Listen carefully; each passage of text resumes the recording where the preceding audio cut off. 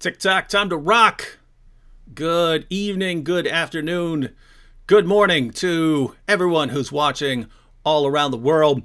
I'm your friendly neighborhood philosopher, David Wood, and with me now is a woman who will go down in history as one of the great warriors of the Christian faith of our generation. And we're going to be having a talk about the corruption of the Quran. One of the great myths of Islam is that the Quran has been perfectly preserved. As we're going to see, it has not.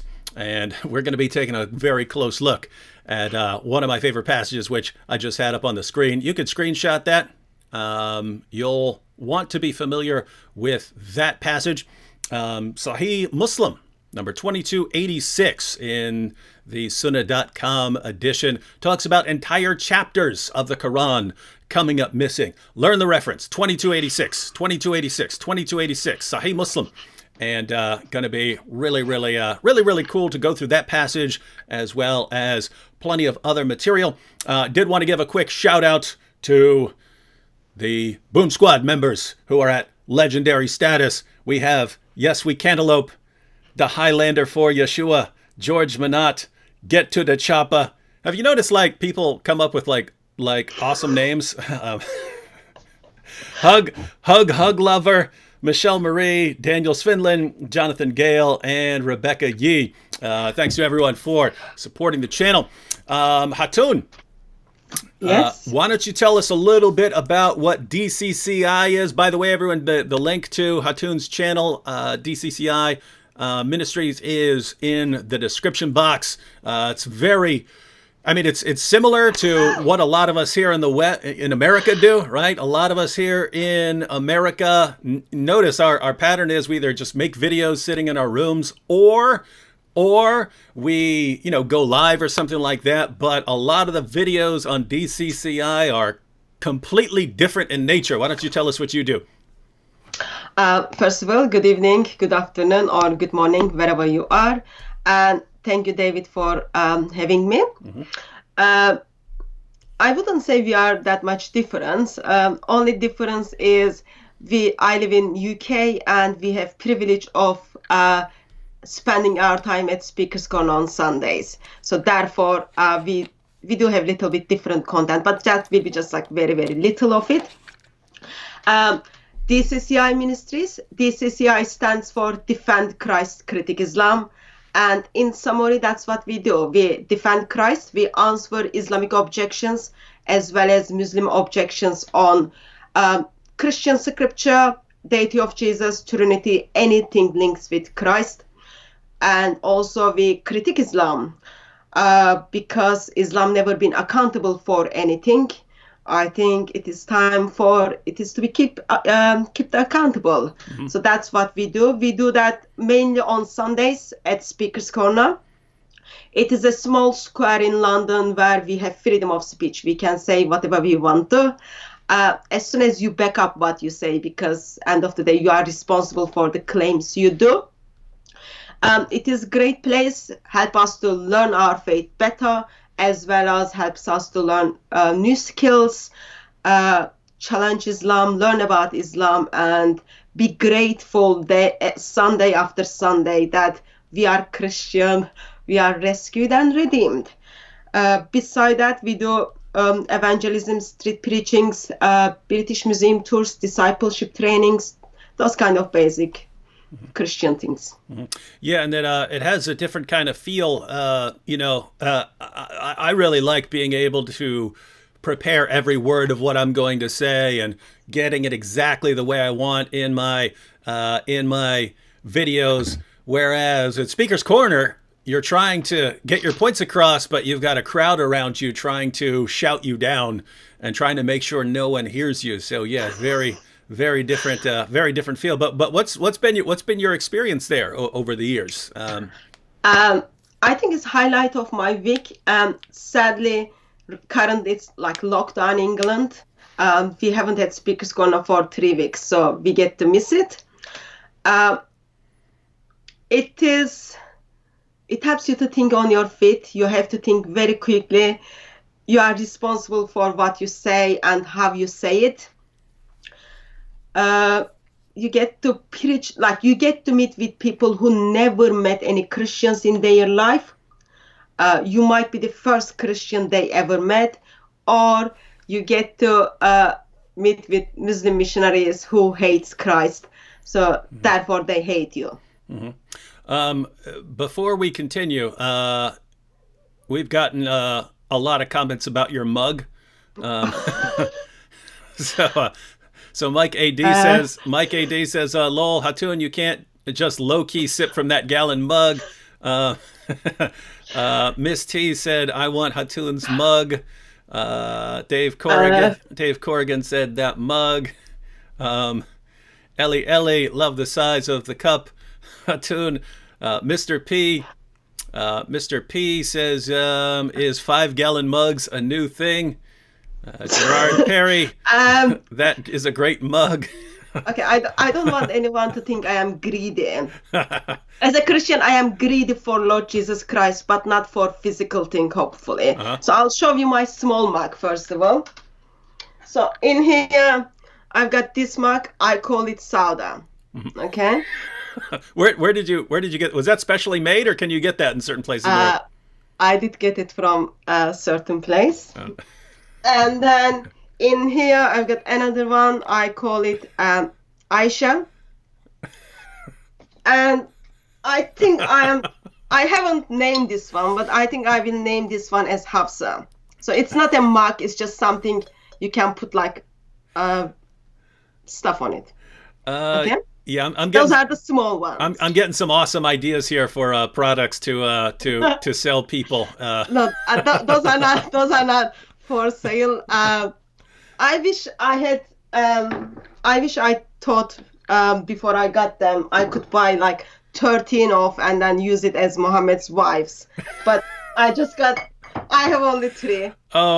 If you ever want to share where you got them, I would love to have 9 or 11 of them in the background of my videos. It is in my to-do list. Before I die, I am hoping I'll have the series of it. And then this big one, actually, it was in a sense specially made, so that it has something in it to keep the coffee warm. So it takes just over 2 liters. I got this. I was a bit unwell a couple of weeks ago, so someone made it for me in the intention that I don't walk too much because I wasn't able to kind of do many things. So I don't know where you can get it because it was just given to me. Yeah, but, I feel like a total wimp right now because I've got this little thing of Lucky Jack nitro cold brew coffee, but this thing is like it looks big because I've got it close up here, but you know if you look at it beside my head, it's actually really like a little drink.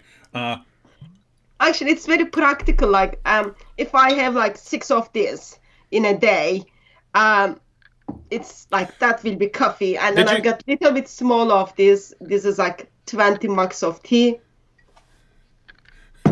And day is over. We have Islam Critiqued. Do you know the channel Islam Critiqued? Yeah, I do know. Islam Critiqued just commented, I want a bunch of those mugs so I can beat them lightly.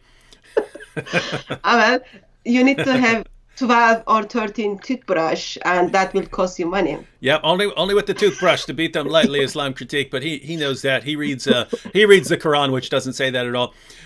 All right, one more question before we jump into the topic. Why don't you tell us how you became, of all the things you could be doing in the world, why you became interested in Islam? Because I've seen both men and women, but I've seen women who are interested in apologetics and have a heart for reaching Muslims start off and go into that ministry, and like a year later, they're not doing that anymore. And the reason is, as soon as they started challenging Islam in any way, the comments they get are, you whore, you prostitute, you this, you that, you want to be a porn star and stuff like this. And there's so much abuse. And again, I've seen this from men and women where people, I want to reach Muslims with the gospel and I want to go out and do this. And then they start doing it. and then they get so much abuse heaped on them that they decide, I would rather do anything in the world than this ministry, and they end up doing something else. So why did you get interested in reaching Muslims, and how did you stay the course in spite of everything they heap on you?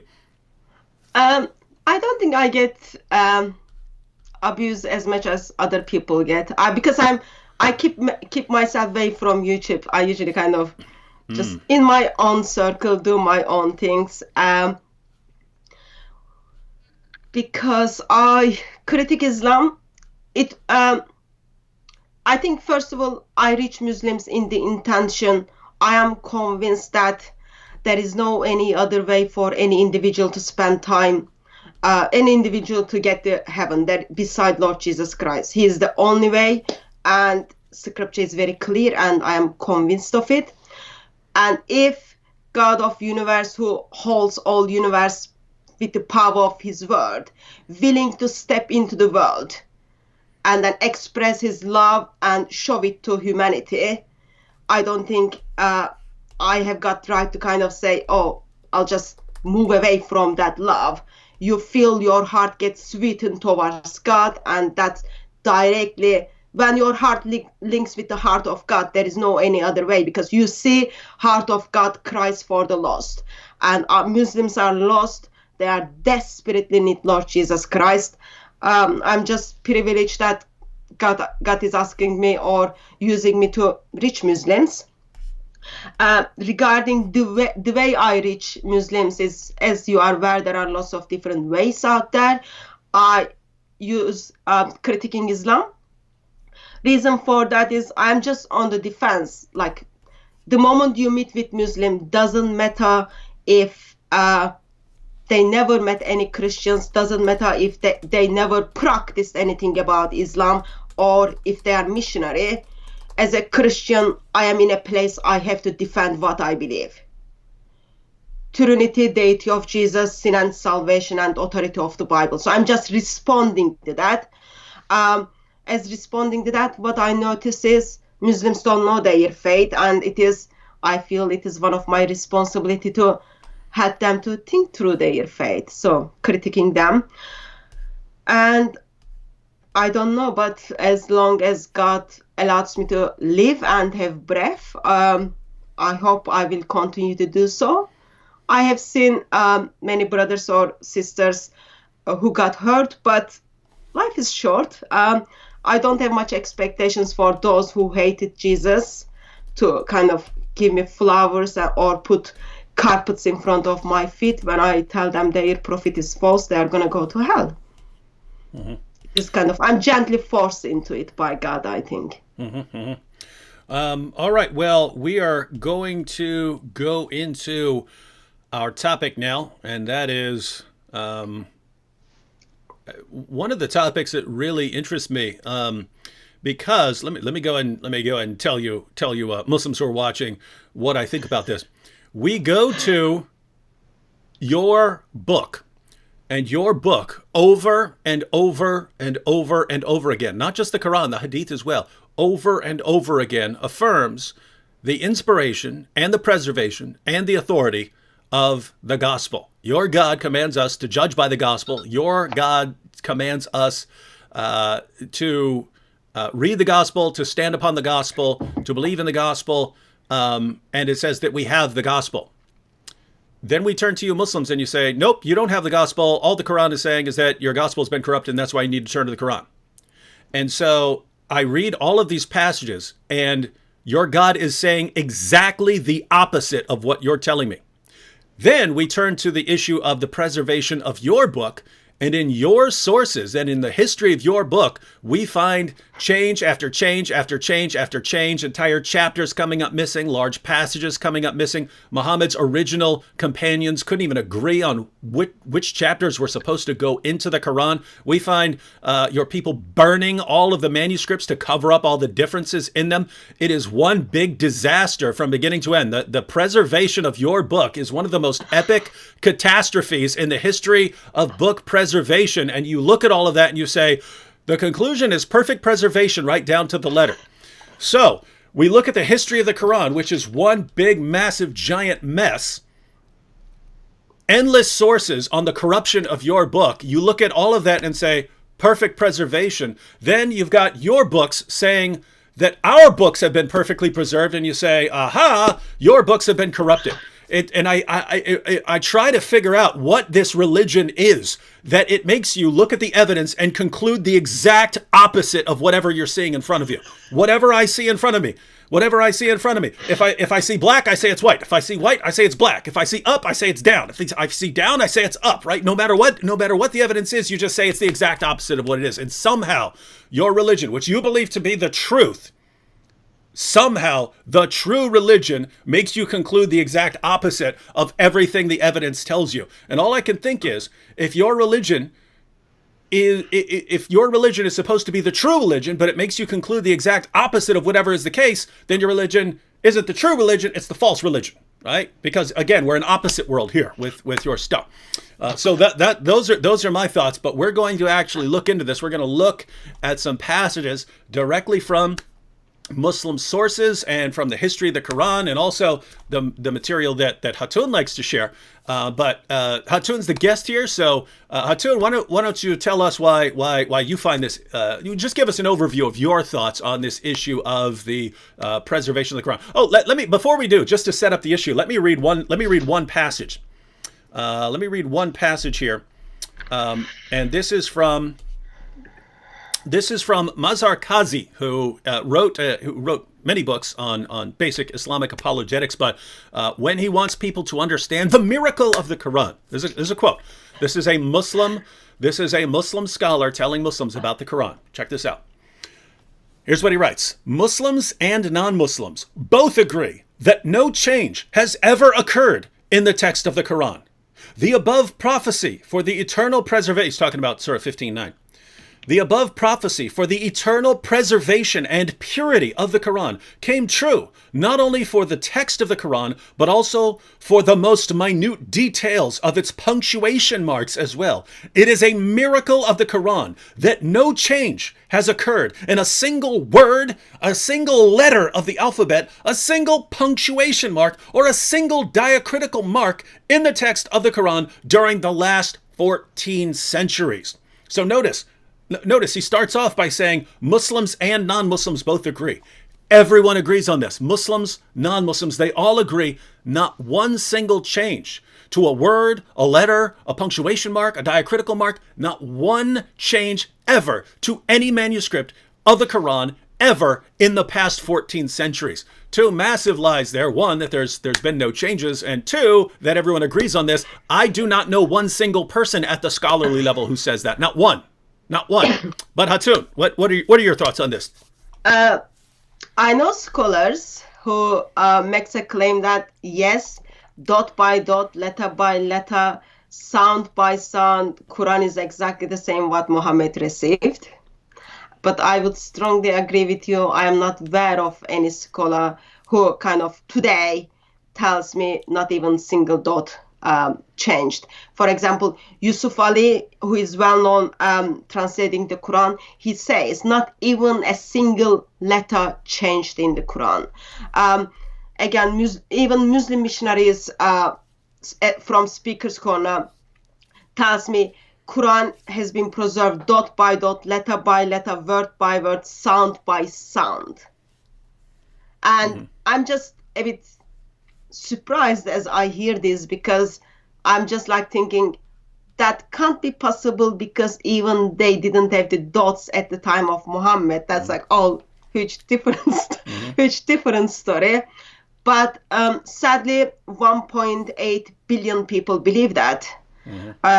I met with Muslims who were telling me the same thing until I showed them the differences, what early Muslims are telling or what the Quran manuscripts are showing.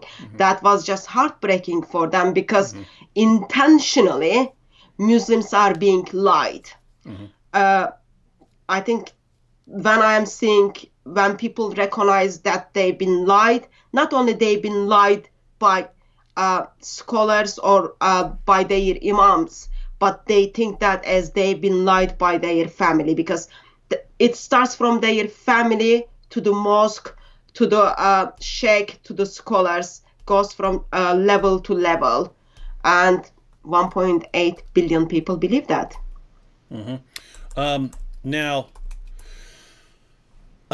this is. I just wanted to encourage the viewers as we start going through this material that if you're not sure what you want to get into, if you might be interested in responding to the core arguments of Muslim apologists and so on, you're not sure where to get started, this is a great area to go into.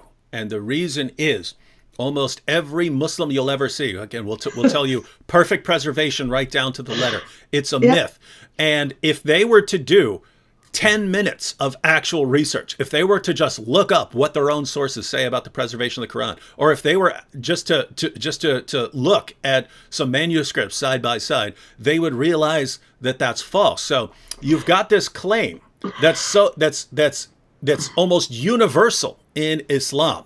It's almost universal in Islam that they will maintain this. Why? Because they've all been told this by their leaders. And yet it's an area where it doesn't take 10 years of arguing with the Muslim to show him that there have been all kinds of changes to the Quran, to show him that his scholars and apologists are just apparently flat out lying, right? I mean, if you've read some of these sources or you've looked at these manuscripts, I don't see how you can say perfect preservation right down to the letter. If a Muslim wanted to say, basically pretty good preservation or something like that, I could see them defending that claim.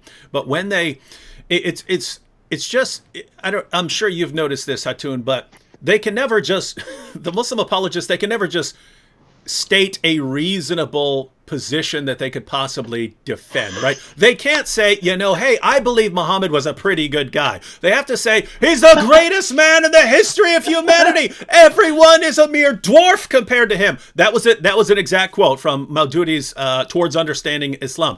All the great men of all previous generations are mere dwarfs compared to Muhammad, right? They can't just say, hey, we think he's a really good guy. They can't do it. They have to exaggerate. They can't say, hey, our book's been pretty well preserved. They have to say perfect preservation right down to the letter. I'm about to do a video on Sheikh Yasser Qadi where he's talking about Muhammad's marriage to Aisha, and he couldn't bring himself to just say, hey, in spite of the criticisms, they had a good marriage, they had a happy marriage. He couldn't say that. He had to say it was the perfect marriage, right? They have to exaggerate no matter what they do, no matter what they say. If Muhammad goes 3 inches, they say he went a mile, right? It's just an amazing situation. All right, now. Actually, sorry. Oh, go. I went to a Dawa training meeting. They were training Muslims how to do Dawa. And the reason they exaggerate, because if you say something with the exaggeration, people will remember that. And that's what they want. They want people to remember Quran has been perfectly preserved. There is not even dot has been changed, because for them, people will go home with that. Most of people don't think anyway when they go to those kind of training. So that's the reason for that. If you speak to people's emotions, you will get the people. That's kind of structure. And there's if you look at the history of Islam, you can see how they've gotten themselves into this position, right? In the Muslim world, if you are praising all things Islamic and praising the Quran for its perfect preservation and praising Muhammad for being the greatest man ever, no one's going to disagree with you, or you'll call them an unbeliever and chop their head off, right? So no one in the Muslim world is going to object to this. And people in the outside the Muslim world didn't have the sources. They didn't know the sources well enough to be able to point out how these things were false. And so Muslim speakers, Muslim dawagandists, they saw this opportunity. Hey, we have an atmosphere of complete ignorance about Islam. We can say whatever we want. We can make up anything we want about Muhammad and the Quran, and people will fall for it because they just don't know any better. And they built their religion on a foundation of complete lies. And that's why I'm telling everyone who's watching, you want to learn this material, because if you've built your case upon a foundation of absolute lies that can be exposed with 10 minutes of research, you're basically inviting a well-trained group of people who study the material to come in there and just blast away at your foundations and destroy the whole sham, right? So that's a situation that Muslim apologists have put themselves in. And now every Muslim who thinks perfect preservation, once we get enough people to put the facts in their faces, these are people who are going to look back and say, wow, all of my leaders lied to me about this. If they lied to me about the history of my Quran, what else have they lied to me about? And those are people who are on their way out of Islam. All right, Hatun. Oh, one comment real quick. Morton Storm said, Dear David and Hatun, I am a former Muslim converted to Islam in 1997 and left it in 2007. So Morton was a Muslim for 10 years and is out. We are glad to hear that. Praise God. Mm-hmm. Amen. All right, Hatun, well, what do you think? You've been studying this for many years and discussing and debating these things at Speaker's Corner. So, has the Quran been perfectly preserved? I would say Quran has been perfectly and intentionally corrupted. No, it hasn't been perfectly preserved. I'm trying to figure out why 21st century Muslims would tell us that Quran has been perfectly preserved to the dot, because when we look at the early Islamic sources from time of Muhammad onwards, what we see is Muslims didn't have many issues regarding the corruption of the Quran. So they talk about it, they write about it, but in some way on the way, in 21st century, Muslims start making a claim that Quran has been perfectly preserved. Mm-hmm. I think first place we can go is in the life of Muhammad, where we see actually two people are fighting regarding the Surah 25, Ubay bin Ka'b and Hisham. Hisham is in the mosque. I can give you the reference if it is needed. Hisham is in the mosque both of Umar and Hisham is in the mosque. And Umar is listening Hisham as Hisham prays. And then the way he recites Surah 27, Surah 25 is very different than what Muhammad preached to Umar. Umar wants to go and grab this guy from his neck, but he's like very nice guy. He waits until he finishes his prayer. Soon after his prayer finish, he grab him from his neck and then say, why are you reciting this surah like this? He says, this is what Muhammad taught me. He drags him to Muhammad, and Muhammad listen both of the surah. They are different from one another, and Muhammad says both of them are okay. But by that time, no one knew Allah revealed Quran in different ways, because Muhammad needs to get away from this. All he says is, oh, Quran is revealed to me in 7 different ways. Something happened these 7 different ways, even though it was causing problem between second Caliph and Hisham. Today, we have only one version of Surah 25. We don't know what happened to other 6 versions of this. So we see at the time of Muhammad, there was already problem with the way Quran was revealed. And then Muhammad dies. Then he doesn't even kind of bother to tell people to put the Quran together. And then we've got Abu Bakr and story of Umar, where Umar approaches Abu Bakr and then says, okay, now people are dying in the Battle of Yamama, and 70 people died. Suddenly Muslim world freaked out, they are losing the Quran. 70 people who memorize the Quran dies. We are losing the Quran. Let's put it together. First Quran comes together in the purpose of, okay, we don't want to forget the Quran. Let's put it together. It is the first Buddha. And Zayd bin Thabit puts the Quran together, pass it to Abu Bakr, that part gets to Umar, and then that gets to Hafsa. I don't know if you want to add anything. Then I will move to the second one. I would just like to quote a source. Okay, I can give the source. No. I got a source right here. I just want to quote Ibn Abi Dawood's Kitab al-Masahif. Oh, by the way, ladies and gentlemen, Kitab al-Masahif. That's Ibn Abi Dawud. So that's the son of the great hadith collector Abu Dawud, and he wrote Kitab al-Masahif, which is basically the history of all the changes to the Quran down to his time. And never been passages have been translated. I think the intro has been translated, but the entire entire book is not available. However, been talking to some people, and word on the street is if I can get the funding together, which I will, there are some people who will translate it, and then we will have it free and available to everyone to read the history of the Quran. And here's one passage from, now keep in mind, this is not Jews saying this is not Christians saying this is not atheists saying this is a Muslim source.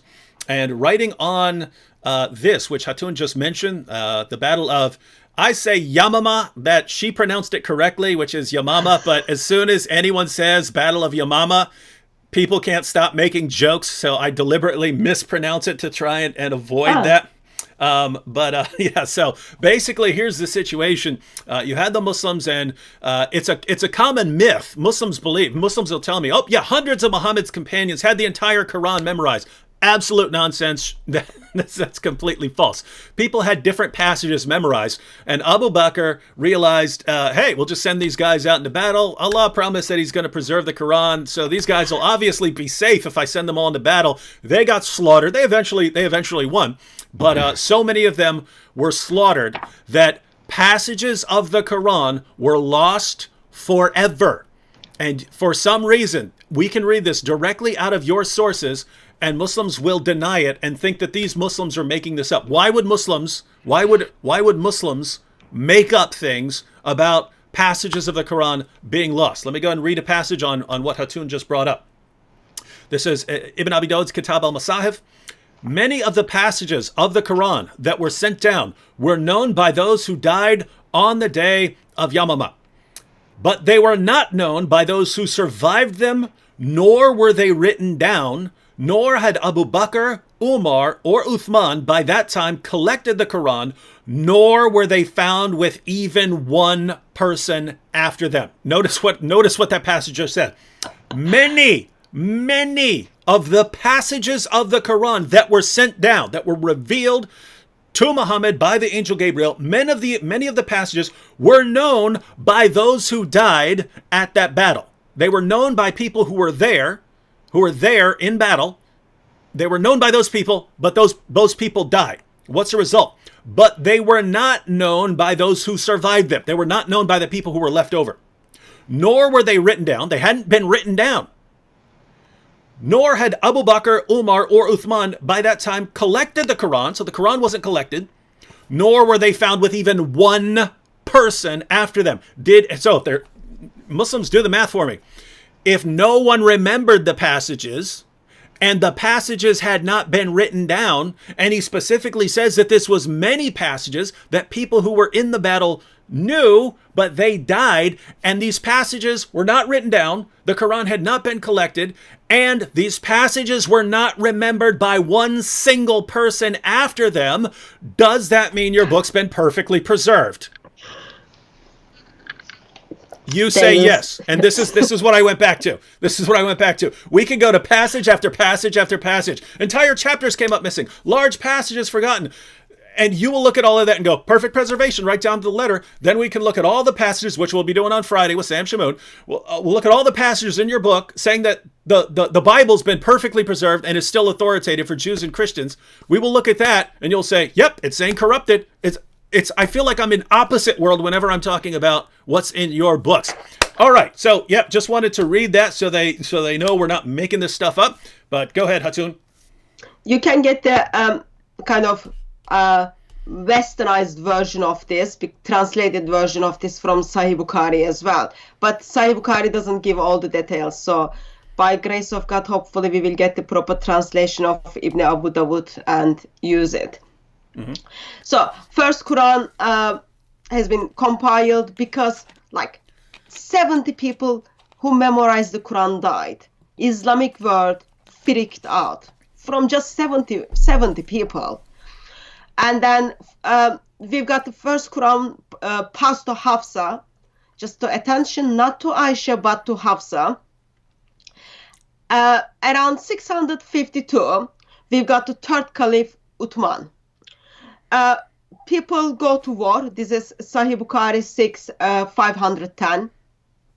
People go to war to Azerbaijan and Armenia. From that, Muslims start calling one another. Muslims of Sham and Iraq start calling one another kafir because the way Quran is being recited. Then what happens is chief kind of says, okay, there is an issue now. What we've got to do is we need to make one perfect Quran because we don't want division in Muslim community as there is a division regarding the book of Jewish and Christians. From that, Uthman orders one perfect Quran to be put together. The Quran, which was put together in 632 under Abu Bakr, apparently that wasn't good enough. Now, within 20 years, they are gonna make one perfect Quran. So 4 people get appointed for them to put the one perfect Quran, and as this Quran is gonna be put together, Zayd bin Thabit needs to do research, find the verses, and then collect it. And if there is any disagreement within this committee, 4 people, they need to go with the Zayd bin Thabit's interpretation regarding since Quran is revealed in the dialect of Quraysh. That happens. That's not enough. Like, there is lots of issue within that. We get to hear that Uthman thinks he's got right to order all the written version of Quran to be burned. Today, if I want to burn Quran, I can get hanged. But Uthman burns that. All Muslim community today is simply celebrating it. So Uthman orders Qurans to be burned. As that takes place, what we get to hear is with the first Quran and with the second Quran, that there are some verses made into the Quran only with one person's testimony. And first perfect Quran took place around 652. According to Muslims, today all the Quran Muslims read, this is one of them, this Quran takes us back to Uthman. This is the Quran which comes from the Uthman, because as Uthman put this Quran together, he copied 9 copies, he made 9 copies, and then he sent one perfect Quran with the person who can recite it well to 9 different cities. And this is one of that Quran, apparently takes us back to that Quran. So what we see is from first 2 hadith, 509 and 510 of Sahih Bukhari, there is a problem regarding the recitation of the Quran. Muslims are calling one another disbelievers because the way they are reciting the Quran. We see that only few people memorized Quran, and as they die in the battle, they lost the Quran, and we don't have that, what they lost. Muslims are making a decision what is going to be into the Quran and what is not going to be into Quran. And Caliph of Islam is thinking it's all right to order everything to be burned. Of course, we get to hear how people strongly disagreed with the Quran Uthman put together. Mm-hmm. And currently that's supposed to be Quran, which is 114 chapters Quran, but same Islamic traditions tells us actually there were the Quran with 116 chapters, Ubay bin Ka'b's Quran, which Muhammad told people to take the Quran from, and Masud's Quran was 111 chapters. In somehow Uthman decided 114 chapters, and this Quran was never stamped or heard okay from Muhammad. Muhammad never seen the Quran which is identified as the perfect Quran. Mm-hmm. I'll basically add some passages that confirm what you're saying as you're going through this, because for one thing, guys, just think about that, right? Muslims say that the Quran we have today, perfectly preserved right down to the letter. When, as Hatun pointed out, the entire reason you have the Quran in a book form today is because so much of it was lost, right? It occurs to people, hey, we need this in book form. Why do we need it in book form? We've got people memorizing it. All the people who are memorizing it die in battle. And it's a myth that you had these hundreds of people and they all memorized the entire Quran. That is a myth that is contradicted by your own sources. Muslims who believe you had this entire Muslim community and they had the entire Quran memorized. Ask yourself, where did you get this? By studying or because your leaders told you? Oh, you mean the same leaders who tell you perfect preservation right down to the letter? They're telling you this? So let me get this straight. People who lie to you nonstop tell you something and you still believe them, right? Okay. Yeah. Now think about this. From the actual sources that we read, the entire reason we have the Quran in book form is because early Muslims realized, wait a minute, this memorization practice is garbage. We keep losing more and more and more of the Quran. We've lost part of what Allah has revealed to us. It's not in there anymore. No one remembers it. And then they realize, wait a minute, it's a Chinese proverb. The weakest ink will outlast the strongest memory. The weakest ink will outlast the strongest memory, right? And what they realized is, hey, if we're going to keep dying in battle, we don't want to lose more of the Quran. Let's get it in book form. That way, if a bunch of us die, then we'll still have the rest of the Quran and we won't lose more than we've already lost. The entire reason you have a Quran in book form, is because so much of it was lost already. Where in the name of common sense are you getting perfect preservation out of this? Now, Hatun also pointed out that Muhammad's top scholars of the Quran, these names, Ibn Masud, Ubay ibn Ka'b, these were on Muhammad's list of his best reciters of the Quran. And they had different beliefs about what chapters were even supposed to be in the Quran. Ibn Masud, 111 chapters. Ubay ibn Ka'b, 116 chapters. What do you have? 114 chapters. Why do you disagree? Well, we know why they disagreed.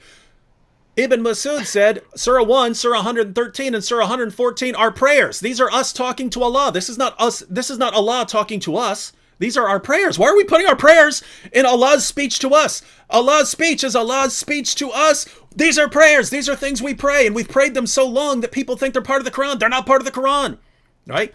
Why is this relevant? Muhammad said, if you want to learn the Quran from anyone, learn it from Ibn Masud. Ibn Masud says, you've got, ladies and gentlemen, Muslims, you've got 3 chapters in your Quran that are Muslim prayers. They're not Quran.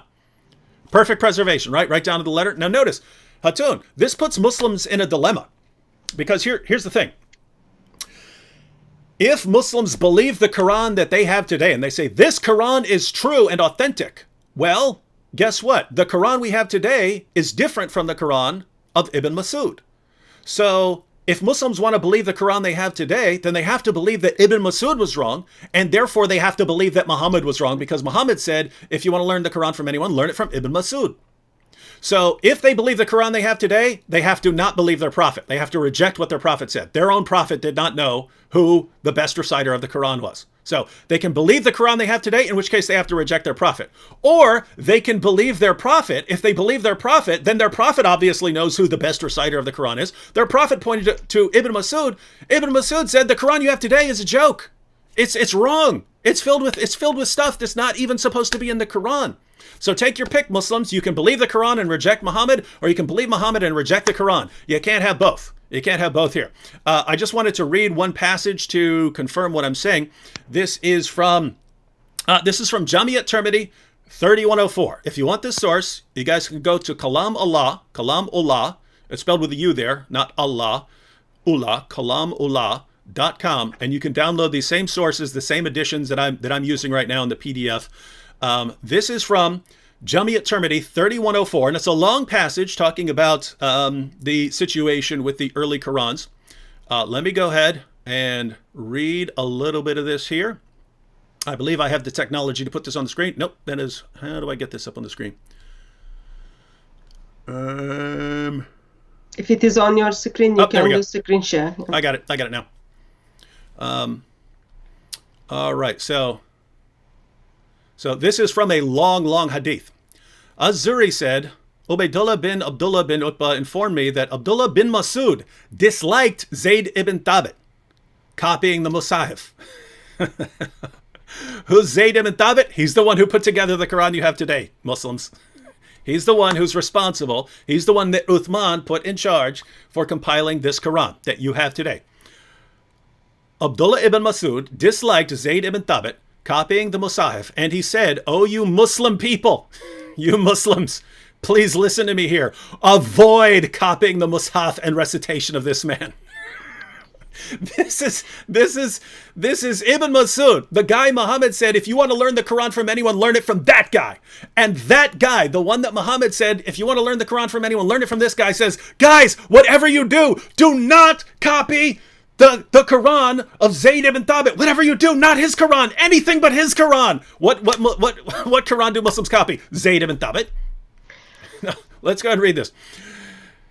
He said, "Oh, you Muslim people, avoid copying the Musaf and recitation of this man. By Allah, when I accepted Islam, he was but in the loins of a disbelieving man," meaning Zayd bin Thabit. And it was regarding this that Abdullah bin Masud said, "Oh, people of Al-Iraq, keep the Musahif that are with you." Musahif are their copies of the Quran. "O people of Al-Iraq, keep the Musahif that are with you and conceal them. For indeed Allah has said, and whoever conceals something, he shall come with what he concealed on the day of judgment." So meet Allah with the Musahif. What's going on here? What's going on here? Uthman is ordering everyone to burn all the Qurans. Abdullah ibn Masud, the guy that Muhammad said, if you want to learn the Quran from anyone, learn it from that guy. He's saying, don't burn them. The Qurans that they're trying to force on us are wrong. They're defective.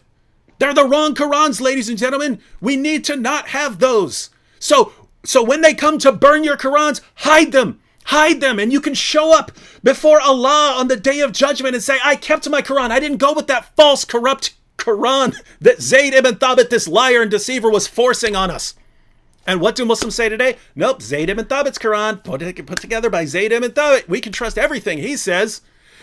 Once again, ladies and gentlemen, if you believe Zayd ibn Thabit's Quran, you have to reject Ibn Masud, and therefore you're rejecting Muhammad, because again, Muhammad said, learn the Quran from that guy. And you're saying, no, we don't want to learn the Quran from that guy.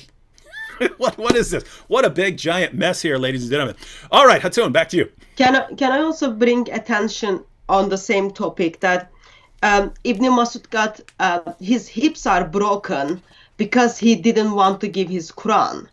That was very big deal. Maybe today Muslims are ignoring that, but that was very, very big deal. This guy got like two of his hips are broken according to Islamic tradition. Mm-hmm. And then so you've got Ibn Masud, who rejected 3 chapters of the Quran. And then on the other side, you've got Ubay bin Ka'b, another man which Muhammad says take the Quran from. He's got extra 2 chapters, and they're not in the Quran either. Mm-hmm. So you just went with the guy who other 2 people say, yeah, he was young, we knew much better, and Muhammad says take the Quran from. I think that's just like disgrace to Muhammad. But if Muslim wants to bring Muhammad down, that's absolutely fine. Mm-hmm. Yeah, so Muhammad doesn't know what he's talking about. All right. Let me hang on. Let me see if I. Yeah. Oh, you can talk for a minute. I want to look up another passage on this issue of Ubay ibn Ka'b here, because there's one I want to read from Bukhari. Okay. No. Yeah, go ahead. And then also we've got Sahih Bukhari 527 talks about how Ubay bin Ka'b was the best of recitation of the Quran. Yet we leave some of his recitations. So Muhammad says take the Quran from this guy, and then Muslim thinks, oh, it's okay, we can just ignore what Muhammad said, and then we can leave some of his recitations out. Mm-hmm. I think that's like another sad thing. No, yeah, that's actually the passage I was looking up. I just want to put it up on the screen because, as you know, again, we are in opposite world whenever we are discussing Islam. The Quran affirms the inspiration, preservation, and authority of our book. Muslims look at it and conclude, nope, it's calling the book corrupt. We look at the entire history of the Quran. It says that the book was changed over and over and over and over again. Muslims look at it and say, nope, perfect preservation right down to the letter. Then their leaders, their apologists, constantly lie to them, and the Muslim response is, we'll believe whatever they say. We constantly tell them the truth, and they say, nope, everything they say is a lie. So since we're in opposite world, they're not going to trust what we're saying. So I just want to put that passage that you just mentioned up on the screen here. Again, I am not phenomenal with the technology here. Let me try this one more time. And oh yes, I'm good. I'm good, ladies and gentlemen. I'm getting better at this. So notice this is Sahih al-Bukhari. Sahih al-Bukhari, 5005 in the Darussalam edition. Narrated Ibn Abbas. Who's Ibn Abbas? That is Muhammad. That's the granddaddy of Quranic studies. Look him up. He's considered the founder of Quranic studies. Narrated Ibn Abbas. Umar said, Ubay was the best of us in the recitation of the Quran, yet we leave some of what he recites. Right? So wait a minute. They're saying this guy's the best. Now notice, Muhammad says, Abdullah ibn Masud is the best. But Ibn Masud says that the Quran you have today is a lie, right? The Muslims, the rest of the Muslims after Muhammad's death said Ubay ibn Ka'b is the best in the recitation of the Quran. Yet we leave some of what he recites. So some of what he recites as the Quran, we don't recite that stuff. We leave that part off. What is Ubay's response when Muslims are saying, hey, we're not quoting everything you quote? Ubay says, I have taken it from the mouth of Allah's messenger and will not leave for anything whatever. I will not leave it for anything whatever. Right? So Ubay ibn Ka'b says, I'm not leaving this stuff. I'm not leaving this stuff behind. I learned it from Muhammad himself. I took it from him. And the other Muslims are saying, hey, this guy's good. He's the best. He's the best there is at reciting the Quran that we have. But we have to leave off what he said, and you have the interpretation here. It's going to be from Surah 2, verse 106, that they must be talking about abrogated material. But notice, they're disagreeing on what's supposed to be in the Quran.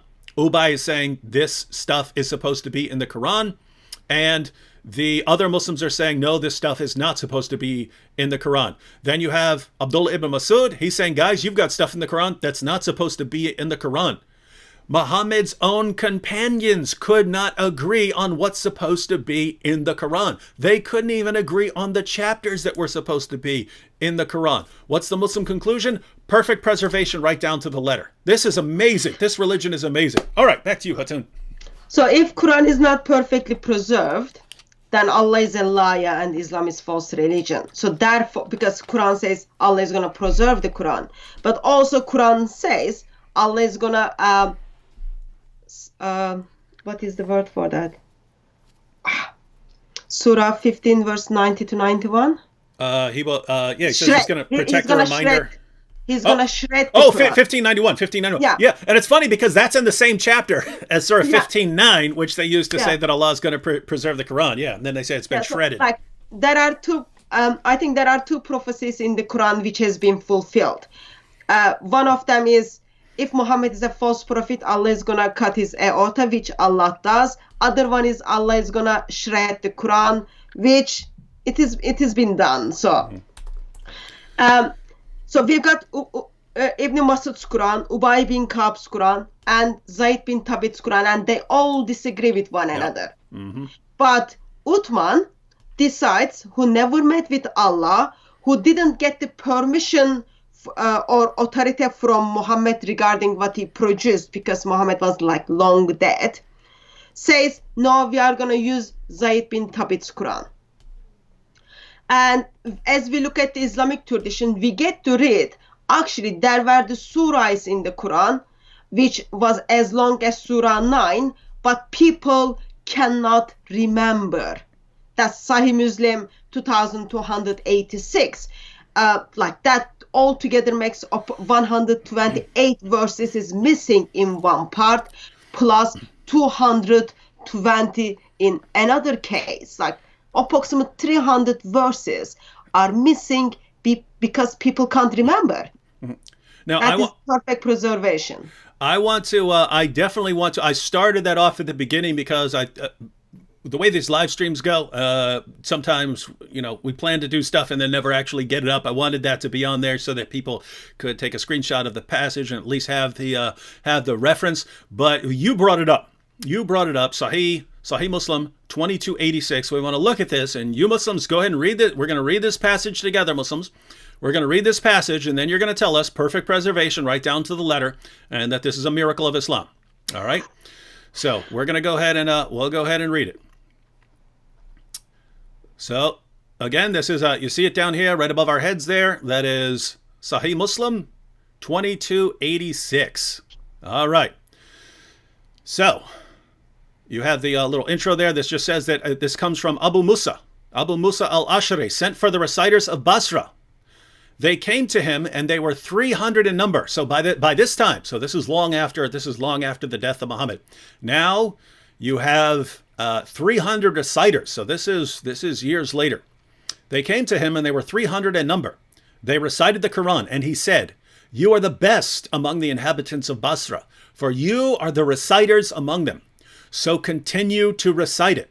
But bear in mind that your reciting for a long time may not harden your hearts, as were hardened the hearts of those before you." Who were the people before these reciters? The original generation of reciters.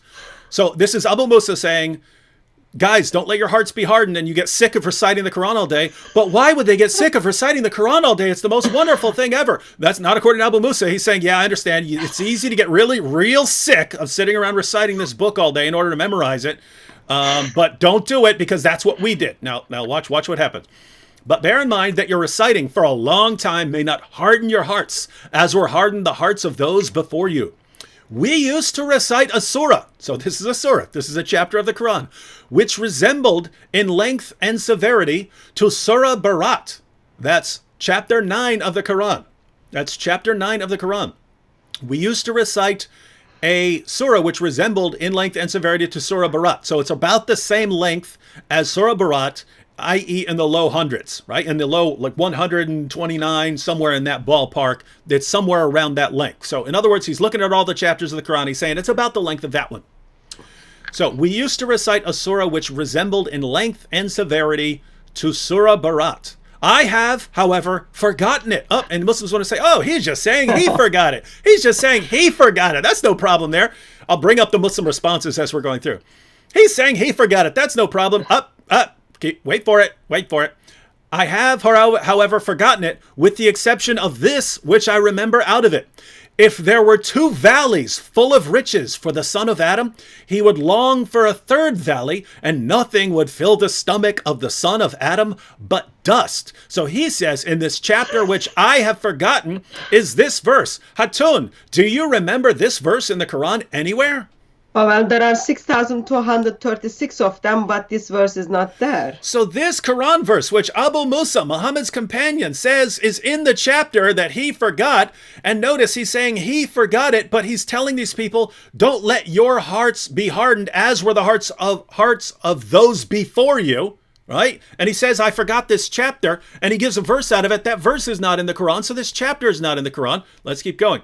So, by the way, we have multiple hadiths on this verse, and people remembering that this verse is part of the Quran. Yeah. It's not in the Quran. Now, what are Muslims going to say here? It was abrogated. Muslims learn how abrogation works. Allah abrogates his commands. This is not a command. This is just him saying something about the descendants of Adam. How they're greedy, and if they had 2 valleys full of riches, he would long for a 3rd valley. Nothing would fill his stomach, right? Nothing would ever be enough. This is not a command. This isn't the sort of thing that's supposed to get abrogated.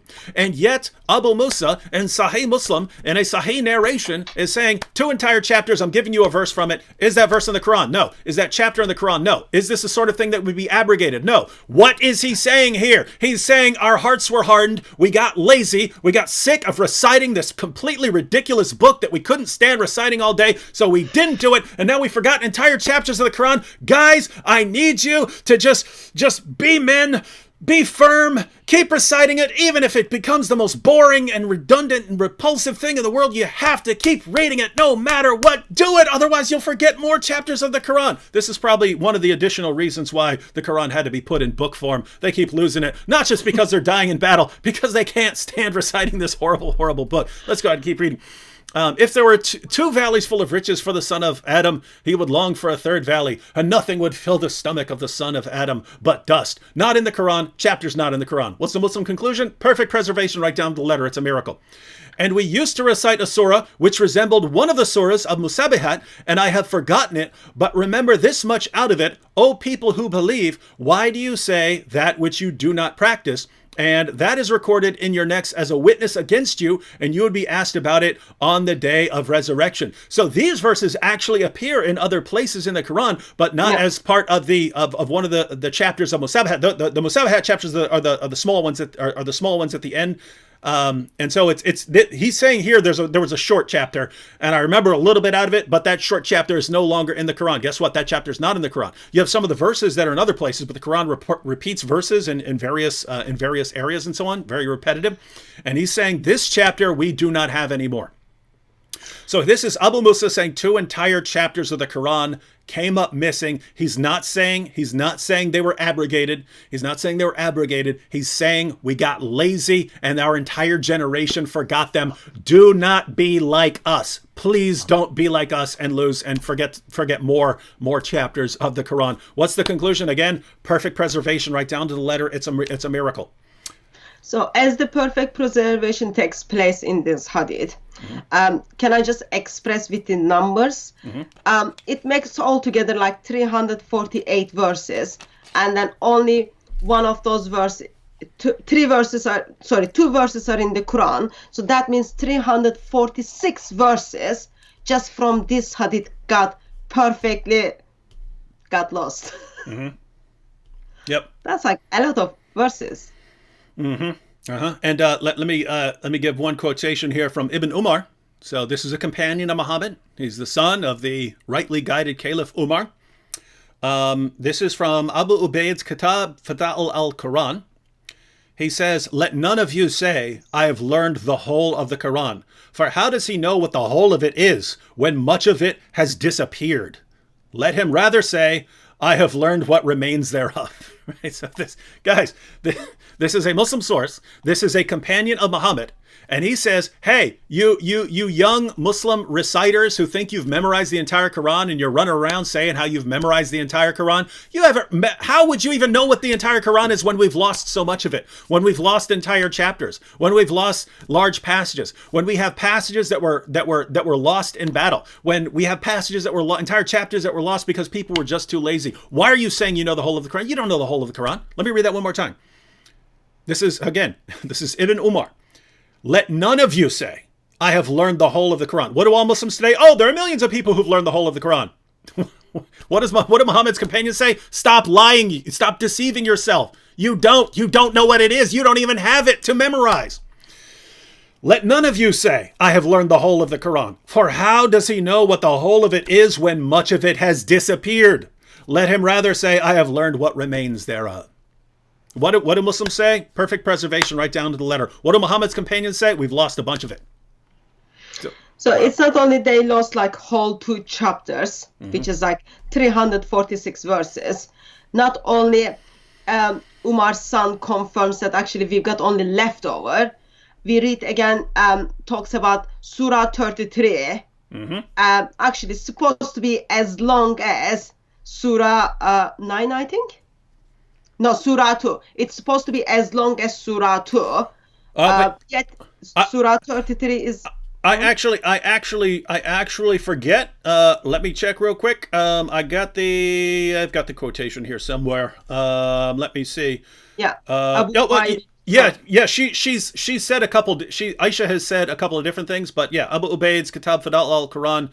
Aisha said Surah 33 used to be recited in the time of the Prophet with 200 verses. So yeah, that would be in the long region, 200 verses. But when Uthman wrote out the codices, he was unable to procure more of it than there is in it today. Yeah. More than 100 verses. More than 100 verses came up missing from that one chapter. 2/3 of chapter 33 came up missing, and we can only assume that these were among the passages that people lost in battle, right?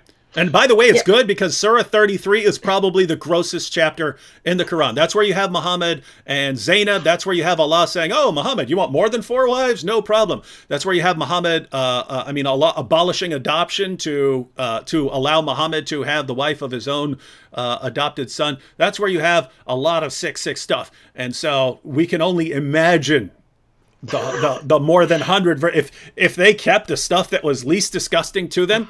My goodness, what else was written in that? And by the way, I'm not sure what you think, Hatun. I think the missing verses of breastfeeding were probably in that chapter, and those were part of the reason some of those came up missing.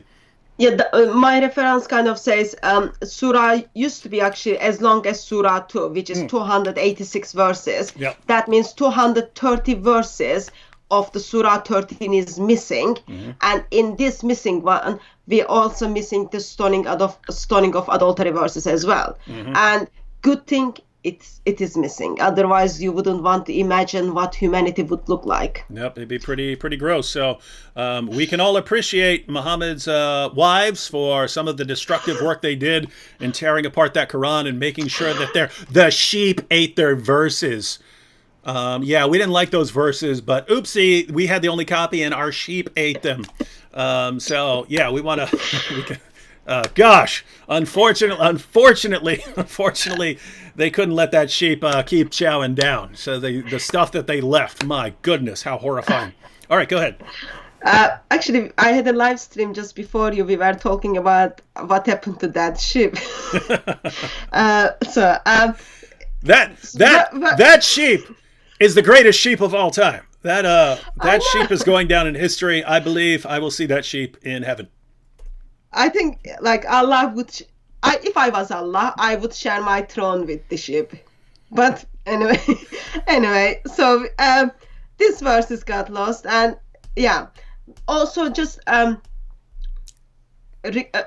we are talking about these missing verses, good time to bring up the adult breastfeeding and Omar's concern that actually stoning of adulteries and adult breastfeeding, as it was practiced, and stoning of adulteries are still practiced today. When people don't find those verses in the Quran, they are going to go astray. So he's expressing how much he's concerned that those verses are supposed to be in the Quran, but no one cared about it. So they're not in the Quran, which is a good thing, but still like kind of goes against the perfect preservation.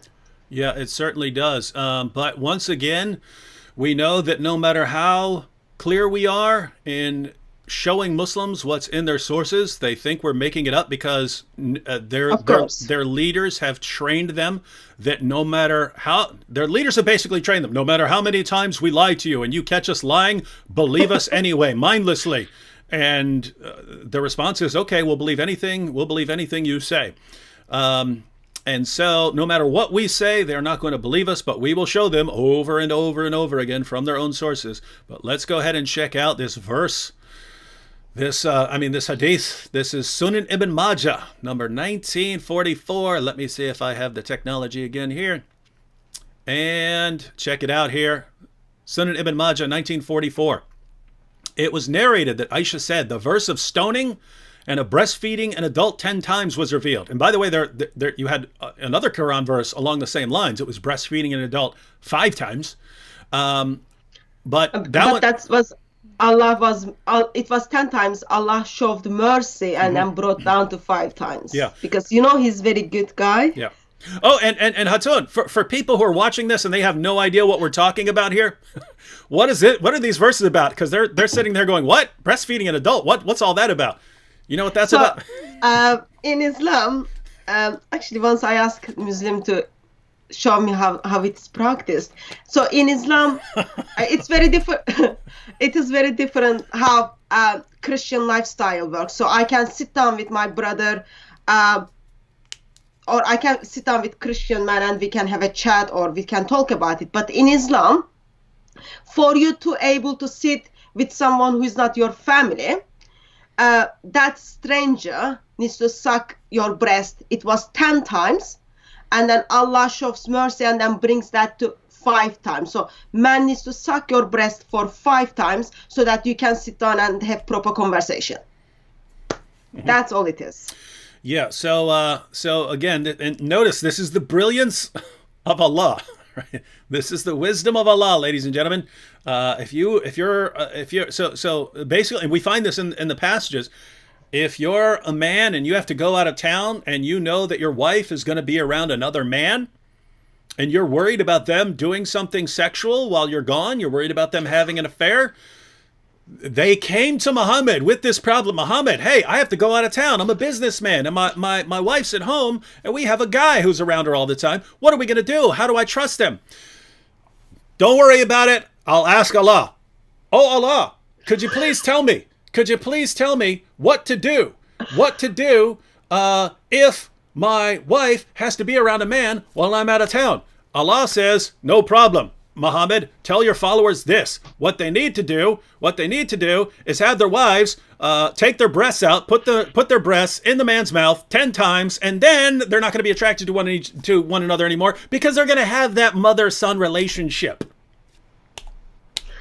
If you like, I don't want kind of get strike to your channel or anything, but if you think practically, so when a woman already shows her breast to a man who is not her husband or like any man, there is already like sexual things are just already working in their body, okay? And then it's not only you are showing your breast, this man who has already beard, and that's in the sources. You're saying that because that's exactly what the women said. What are you talking about? He's got a beard. Yeah, and then Muhammad simply smiles and then says, "Yeah, I know." And then apparently that action practice, this man who's got a beard puts his mouth to the breast of woman for 10 times, and then both of them comes to the conclusion, yeah, it worked. So man now can leave the house, go to work, and then leave those two people who just had like breast suckling moments between them. And it is not like breast suckling as it was in one of your Islamize Me videos. It wasn't like take the milk from the breast and then put cookie in it. You put your mouth in the breast of woman. It says suckle. It says suckle them, right? I think just gross. This is just wrong. Just wrong. Hatun, you can't say that, right? This is the wisdom of Allah. Surely Allah knows that the best way to get rid of any get rid of any sexual tension between a woman and some other guy, the best thing they can do is for her to repeatedly, over and over again, put her breasts in the guy's mouth. Allah knows this, right? And if you don't know that, then you don't understand the wisdom of Allah. Allah knows. But everyone, so check this out. Check this out, ladies and gentlemen. So, Aisha was accused of adultery. Aisha was accused of adultery, right? And Muhammad received a revelation. This is when Muhammad receives the revelation, saying, "Oh, nope, you need these 4 witnesses and so on." And so, but people didn't bring 4 witnesses, and so, yep, she didn't do anything. I got a revelation from Allah.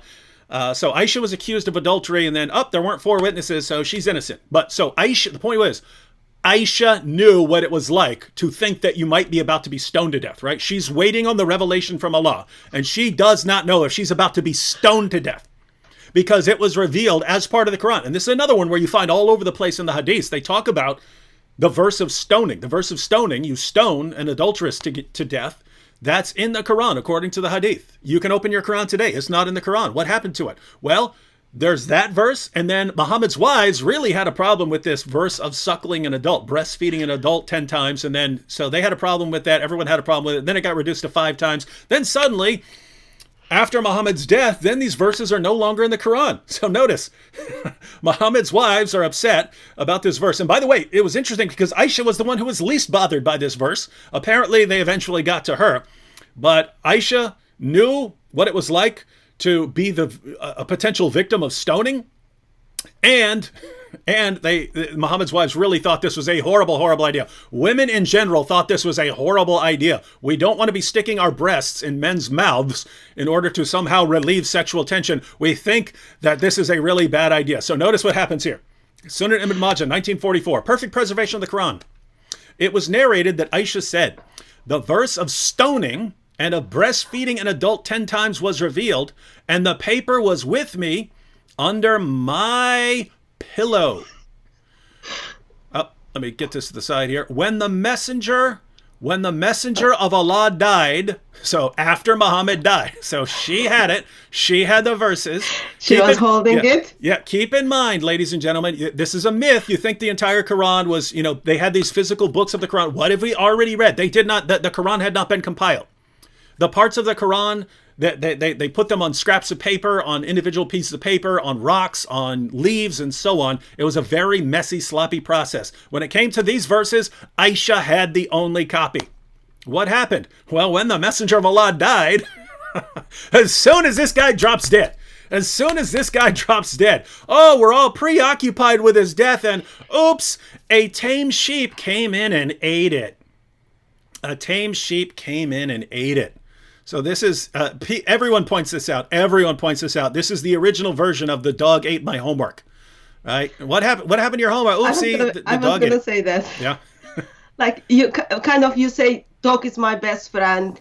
Mm-hmm. You use your dog for every excuse. Mm-hmm. And in here now, Aisha and this sheep probably become best friends. Oh yeah. I would not even have. See now I'm technically a psychopath, so like other people really love their animals. I never really love animals, right? I don't have those, my brain is not wired to have those emotions. The only time I really kind of like an animal is when it's done something amazing, right? Like when a dog, runs through a fire to save all its owners and stuff like that. I think, okay, that dog deserves a long, good life. That dog needs to be taken care of. That dog is a hero as much as a human being is a hero. Well, that's kind of the way it was with this sheep, right? This sheep is a hero. The sheep saved a lot of problems, saved a lot of women from a lot of problems over the centuries. And really, we have Muhammad's wife, Aisha, and Muhammad's other wives to thank for this, because this is clearly a plot, right? This is clearly Muhammad just died. We've got a lot of we're the ones with who had the only copies of some of these verses. Let's take out a few. Let's take out a few verses that we don't like. Wow, what a bunch of awesome women. We did bring those verses to Speaker's Corner to get how does it work in Islamic community. They just got so upset with us. I'm just like, get upset with Allah and Muhammad, but yep. No, they choose to be upset with us. Yep.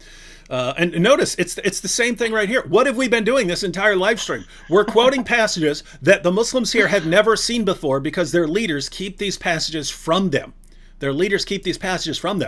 And then they fill their minds with complete nonsense about perfect preservation to build them a false faith built on a foundation of lies. We actually have more respect for them. You're not just people for us to lie to. We want you to know the truth so that you can come to an informed decision, not based on lies, but based on actually knowing the truth. And when we present what's in their own sources, they hate us and they're angry at us. And so same thing at Speaker's Corner. All right, before we move on, I'm way behind on super chat, so let's go through some of the super chats here.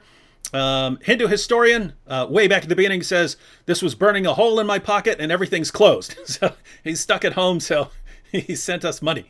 Carl Moore said super sticker with a fox. People love those foxes, and I see koalas above this. Magdalene G said DCCI Ministries, bold, brave, courageous sister. God bless you, Hatun. London thanks you. Thank you. She said London thanks you. Greg C. in the super chat. Rebel Mark says God bless you and yours, David, and God bless you, Hatun. And he's got a rose there for you. Lisa Look with the super sticker that looks like a koala bear. I only see miniature versions here on the summary, but it's got I think it's a koala bear saying victory. Rore Husky 1988 says, David and Hatun, what would you think of an RE teacher that said in front of the classrooms that Muhammad plagiarized from the Bible. So what would we think of an RE teacher? What's an RE teacher? Is that some... That's religion education. Oh, okay. So what would we think of an RE, a religious education teacher that said in front of the classrooms that Muhammad plagiarized from the Bible? So is that an actual event, or is he just hypothetical? I don't think that will happen in England because we've got like so political correctness. But I don't know if it happened. I'm not aware of it. It happened. In RE teachers in England usually kind of show, all the religions are all the same. There is not focus on the truths. Like you will go to the class, you will hear, according to Islam, Jesus didn't die. Yet they prepare to celebrate Easter. Rory, I would be careful, but I think you could say a lot of things and get a lot of information across if you're a religious education teacher. I think you could get a lot of information across such that if people complained, you could defend yourself, right? So for instance, if you showed passages from the Quran and you showed parallel stories in earlier sources where it was clearly plagiarized from these sources, you could just do that without saying plagiarism. So you say, hey, kids in the class, look, here's something that's said in the Quran, and we do see something, in this 3rd century source, or this 4th century source, or this 5th century source. What do you guys think? And you could leave it to them. And they say plagiarism. What did you do? You put sources in front of their faces. If someone's going to call you out for that, I don't see why anyone could accuse you of anything if you let them draw their own conclusions. And so I would if you were in that position, I would present sources to people and let them come to their own conclusions. Lots of kids are smarter than Muhammad. They're smarter than Muhammad, so they're gonna see it really quickly. Juju B with a giant cup of coffee. There's a super sticker with a little character and then a giant cup of coffee as big as the character. So that one's actually perfect for you, Hatun. Adisho said, hello all, David. I love your channel. It's very informative. Thank you. We have Tatiana J, Andy Shattuck in the super chat. Bob Tom says, I want that coffee mug. Says he wants the coffee mug. Rory said, I made a video on Muhammad and his child bride. I gave the link to your video. Check it out sometime. I will do that. Animal says, go to DCCI Ministries, Islam Critiqued, Bob the Biller, Soko Films, and the Arabian Prophet channels to learn more on these important issues. Yes, and if the mods want to add links to those channels, any of those channels, please do that. And again, the link to DCCI is in the description box. Arch Imagara Sancti says, God bless you. Rory Husky again, Frank Dunford, super sticker, Nicole with the super sticker. Siri Svenberg says, hi from Norway. Hi, Siri. Luke Low-Key Zethril says, why would God choose an illiterate prophet to give the world his law? To be fair, I think God can do that. It's more along the lines of why that particular illiterate prophet. In other words, if the only problem we had with Muhammad was his illiteracy, I wouldn't consider that a problem. As long as he was, if he's really a good guy and he had reliable people to record his message, I wouldn't have a problem with it. But it's like the worst guy I can imagine. And on top of that, he's illiterate. Basic said, the goat ate it. Yeah, we know that. Apparently, Muslims do get offended. Actually, it's a sheep. Mm-hmm. Yeah. Rory again says, David Wood and Hatun, what do you think of someone who left Islam because of Muhammad and Aisha? So what would you think of someone leaving Islam over that issue? Well done. Finally, you did it. I think when it comes to Islam, people are leaving Islam because of the Quran and because of Muhammad. Most of things what I say. When it comes to Muhammad, even imams don't know Muhammad, thought it was all right to not only marry with a child, have a sex with a child without her permission. Yep. Like imams in UK do not know. Most of imams do not know. Even missionary world like denying it. So if you kind of think, yeah, that's the issue, and you left Islam, I think congratulations, your moral standards are much better than Allah and Muhammad. So well done. And make sure you rescue others as well. Basic in the super chat say, oh yeah, and my view on that, Rory, as far as leaving Islam because of Muhammad and Aisha, yeah, it's, I mean, you know, as someone who believes in the Bible, we look at people like King David, who did horrible things at certain points. He did great things at certain points and did horrible things at certain points. But the point is, in the Bible, it's wrong. It was wrong for him to do. Yeah. It was wrong for him to do those things. So the Bible calls out prophets for sin. In Islam, Allah just keeps affirming some of the worst practices ever. And so you've got a problem with, is this really from God? You've got Allah affirming Muhammad as the pattern of conduct. Would God really be affirming this man as a pattern of conduct when he's the sort of guy who had sex with a 9-year-old girl? Would Allah give revelations? And you have this in the Quran, where you are allowed to marry and divorce, marry, have sex with, and divorce girls all before they've reached the age of puberty. Is this the sort of thing? 66. Yeah, this is. I mean, is this something that God is going to reveal for all mankind? And so, yeah, and besides that, Muslims have made it one of their arguments for Islam that this Muhammad's character was so great that he must be from God. And so, if that's one of the main arguments, and you look at his character and you're like, gosh, this guy had sex with a 9-year-old girl and then set the example for everyone else. This is rough here. So yeah, I can imagine leaving over that. Connor Terrell said, so no Oreos and breast milk. Lol. Keep up the good work. Keep up the good work. Yeah, I think Connor's referring to Islamicize Me, where we had an episode about and vocab was dunking the cookies. Not a verse said, David, thanks for yet another amazing stream. Hatun is a legend, and I hope that she becomes a regular guest on your channel, because with Islam being so disturbing, we need the laughter too. Actually, it might be good to I might check Jay's schedule. Maybe we'll have you and Jay on like at the same time discussing a topic, and then we can kind of make it kind of invite all Muslims to. Hey, it would be like Speaker's Corner, but like indoors, right? While everyone's social distancing. Yeah. Corns Chandler in the super chat. Riaz Qureshi says Islam finished by farm animals. Quran eaten by a sheep. And Muhammad poisoned by a lamb. Yeah, the Quran's destroyed by a sheep, and Muhammad was taken out by a lamb.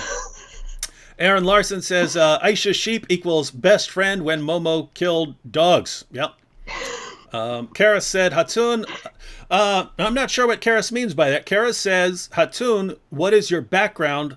Love the mug. I don't know if she means what's that in the background behind you, or if she means like, you know, what's your background? You already shared a little bit of your background, but go ahead and answer both.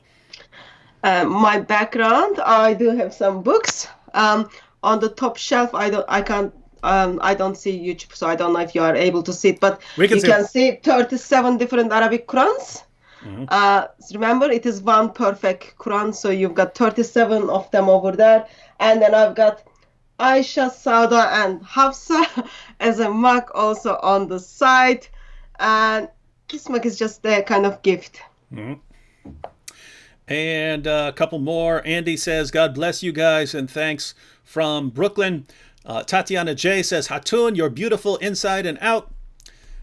Marilyn Murphy and Apple Goo, both in the super chat. All right, I think I got through most of them. I might have missed a few. We'll do this. Jump back into it in a few. All right, Hatun. What else? So what we've done so far is we looked at the first compiled Quran, and then we little bit talk about the second Quran, and we talked about approximate 500 verses, which somehow out of miracle got lost. Mm. And of course, we expressed how grateful we are that especially this adult breast suckling verse got eaten by sheep. And I think from now we can I don't know what you think, but we can move to the. So with all these things happens, Uthman steps in and then he produces kind of so-called this Quran. That's 114 chapters, 6,236 verses of the Quran. Mm-hmm.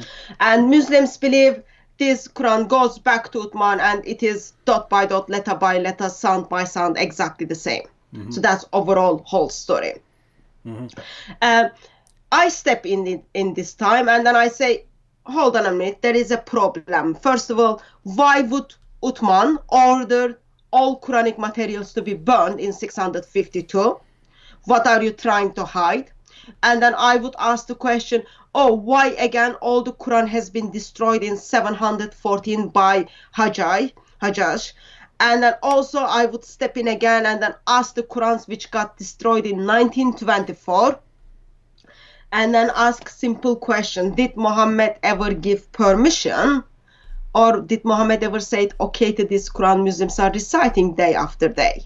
Mm-hmm. Those would be like my basic questions. Then, I guess as we go back and look at the Islamic tradition, one of the things we will see is, I think you can kind of explain this much better than me, but Quran as the eternal word of Allah on the day of judgment is going to intercede for mankind, those who did the right recitation. Mm-hmm. So it has a divine power. Mm-hmm. It will the Quran will actually appear as in the form of a pale man. So keep in mind, ladies and gentlemen, the Quran is eternal. It's Allah's eternal speech, and Muslim theologians reasoned that there can't be a change in Allah, and therefore if he has speech, his speech is eternal. It can't be something that was added to him at some point. Therefore his speech, the Quran, is eternal, and yet the Quran can appear as a pale man to intercede for you on the day of judgment. And so, by the way, I mean, I plan on making videos on these issues, but notice you have the speech of Allah, and Muslim theologians reason that it must be eternal, so it's his eternal speech. So now you have Allah's speech, which is eternal, but it's also personal. It can appear, it has memories, can testify, can speak, and so on, defend you, and so on. But the same sort of thing applies to Allah's spirit. Allah's spirit is not something that is created. Allah creates life with his spirit. He breathes out his spirit. And so notice, the exact same reasoning would apply to the spirit of Allah that applies to the speech of Allah, right? Because the idea is anything that originates from within Allah must originate eternally from within Allah, or there would be a change in Allah. And therefore, his speech must be eternal. But notice the same reasoning would apply to his spirit that he breathes out. This comes from within him. And so his speech, his spirit, which he breathes out, is also eternal, but his spirit also appears in the form of man. According to the Quran, the spirit takes on the form of a man to appear to Mary and talk to Mary. So the spirit is personal, is a personal agent who takes the form of a man as well. So notice what you have here, ladies and gentlemen. You've got Allah, his eternal speech, which is personal and takes the form of a man, and his eternal spirit, which is personal and takes the form of a man. This looks like a bad copy of Christianity while denying the Trinity, right? It looks like a horrible bad copy of Christianity while still denying the Trinity. And so Muslims just have these three eternal personal agents, and yet this is somehow pure monotheism according to them. But go ahead. And just to add, that spirit which is appeared to Mary is not just appeared in a form of man, as a perfect man. That's very important, like without any fault, six packs, whatever you expect from the perfect shape of man. I had to Google that. It didn't look like me, let's put it that way. So as the Quran on the day of judgment is gonna take up, so word of Allah becomes a book, okay, steps into this world, and on the day of judgment it's gonna appear as a pale man. Mm-hmm. And it's going to intercede. He's going to intercede for those people who recite the right recitation. With that, we have a problem. Because remember, earlier we talked about Allah revealed the Quran in 7 different ways. Uthman got rid of that and then made it in one way. But when we look at the early Islamic tradition, we see around 839, there were 25 different version of the Quran out there. And in 912s, we are talking about 50 different versions of the Quran were out there. And today, Muslims are simply saying just this is the one. Then the question is this the one who is going to appeal as a pale man and intercede for you?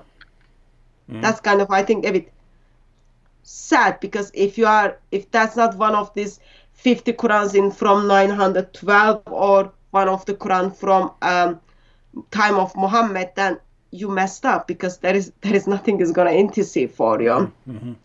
And something happens where like lots of different Qurans appears in the history of Islam. As the time comes on, around 920s, they decided, okay, now it's all messing up when it comes to the education. They are going to officialize one Quran. So they pick up the Hafs Quran, which is dated approximate 190 years after Muhammad. They pick up the Hafs Quran, and then they choose one of, so there are 5 Hafs Quran, they pick one of the Hafs Quran, and then they start using that.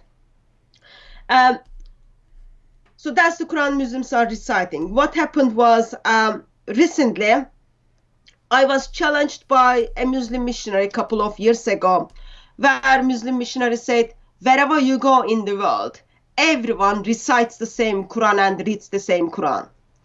That is the miracle happens. I believe God always provides for me. So suddenly I end up having different Arabic Qurans. Miracle happens. Today we've got 37 different Arabic Qurans. And sometimes I do get wonder which Arabic Quran is going to intercede for those Muslims on the Day of Judgment, because it might be one of those people, one of those Qurans. And they've got over 90,000 textual variations within them. It is kind of sad reality when it comes to Islam. It's not only like approximate 500 verses are missing. Alongside of that, there are lots of different Arabic Qurans out there where people are reading and reciting in their mosques. Mm-hmm. And so we have, matter of fact, so you've got those behind us, but I also have a picture of the different Qurans. Let me toss this up real quick. Let's see. And here we go. So different Arabic Qurans. So just to be clear, for the Muslims here who are saying, no, they're different covers. No, they're just, they're different on the outside. They're different outside. You printed them yourself. So these are 37 different Qurans with actual differences in the Arabic text. And I know this because no matter how many times you tell people these are different Arabic Qurans, they say, nope, you're just talking about different translations. These are not translations. These are Arabic Qurans, and they contain differences in the Arabic, and not just different covers, not just insignificant differences, actual differences in the Arabic text, meaning that they are not identical, meaning that when we read quotations from Muslim apologists saying perfect preservation right down to the letter, no difference anywhere ever, that is a false claim, and whoever is saying these things is misleading and deceiving Muslims, because the evidence shows something completely different. First last said Allah said 7. Hatun found 37. That just kind of simply debunks the argument there is only one perfect Quran. Mm-hmm. But I think my concern is mainly because it is not shared information, therefore it keeps 1.8 billion people in Islam. Mm-hmm. And you do show those different Arabic Qurans to Arabic-speaking Muslims. Like I took some of them couple of months ago. I was in somewhere. I took some of Arabic Qurans. They were surprised, like they never seen different Arabic Qurans. They were surprised. They just they didn't like me at all. But they did look at it and then they said, yes, this is different. But when it comes to Western world, when it comes to the Muslim missionaries, they are just like, oh, it's all the same, it's all the same. But these different Qurans, only one of them is going to intercede for you.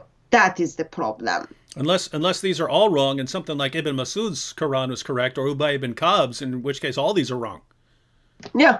And so you don't even know, Muslims. You don't even know. You might all be condemned. I mean, gosh, Ibn Masud told you. He told you. Protect your Qurans. Hide them so that you can actually have a real Quran on the Day of Judgment and not the corruption of that deceiver, Zayd ibn Thabit. And what do Muslims do? No, we want Zayd ibn Thabit. What an amazing religion. Ibn Abbas is going to be next to you, and then he's going to say on the Day of Judgment, when he sees the shin of Allah, he's going to say, I told you.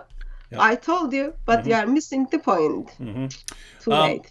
All right, we have a comment here from Noreen. Noreen said, let me refute David. All right, Noreen, we're going to give you that opportunity right now.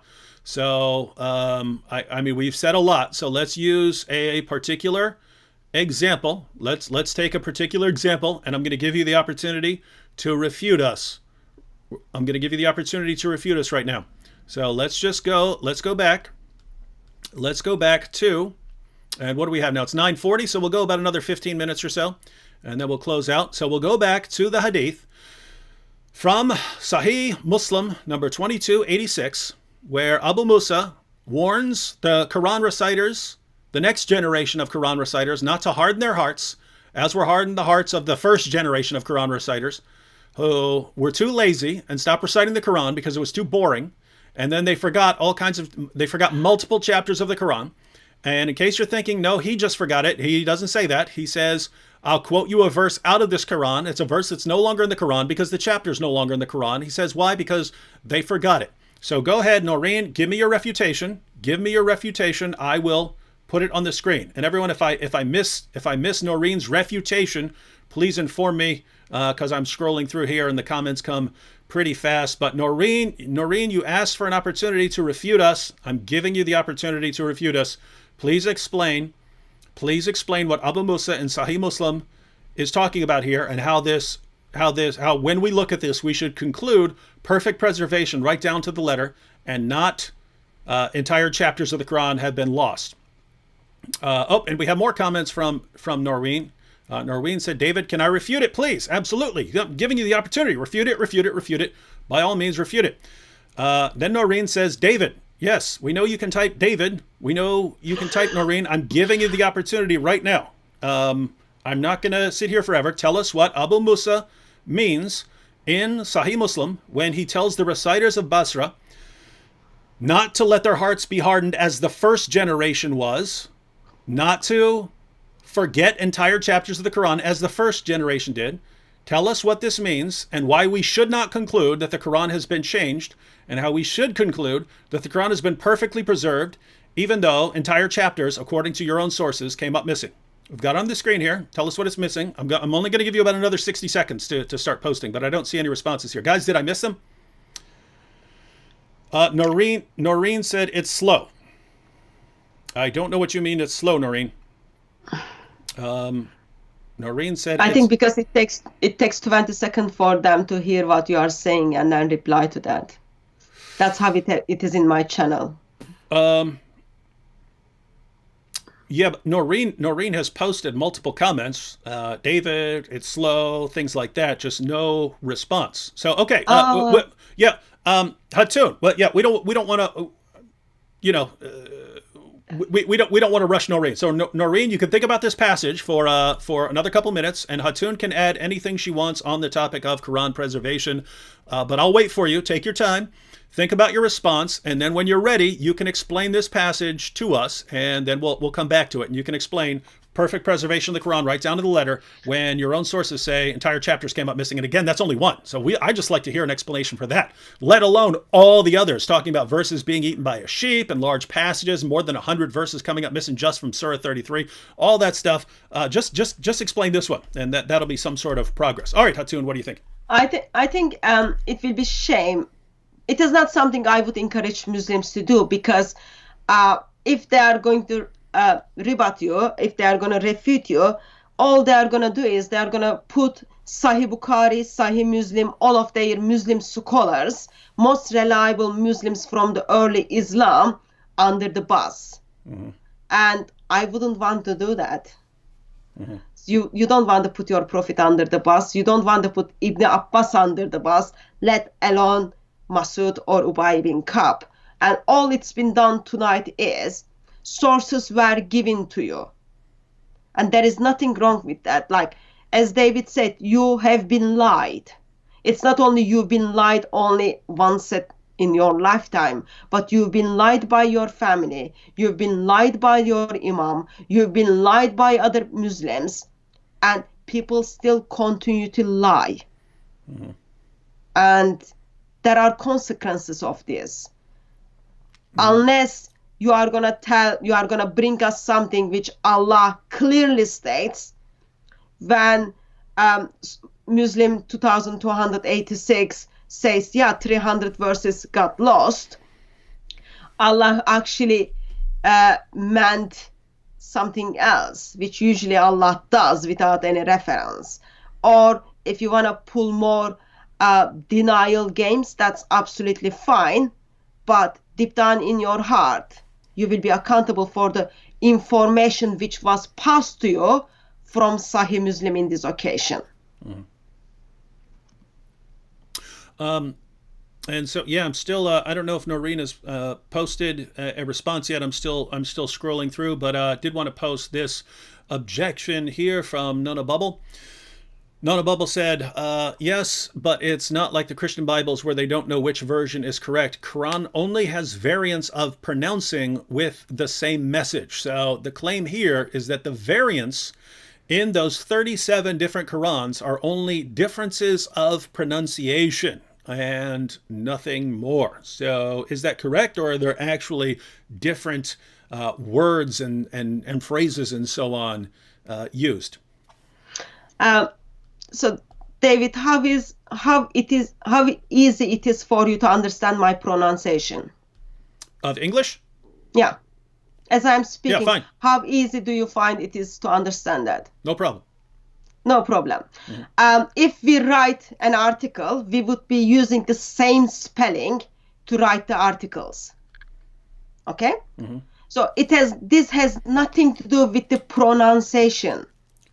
If it was just a pronunciation, as they write the words, they wouldn't write it indifferently, which mean is different, such as in Arabic, the word fight and the word kill are two different things.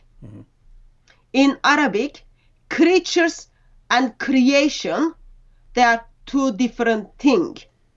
In Arabic, slave and being in presence of someone is two different things.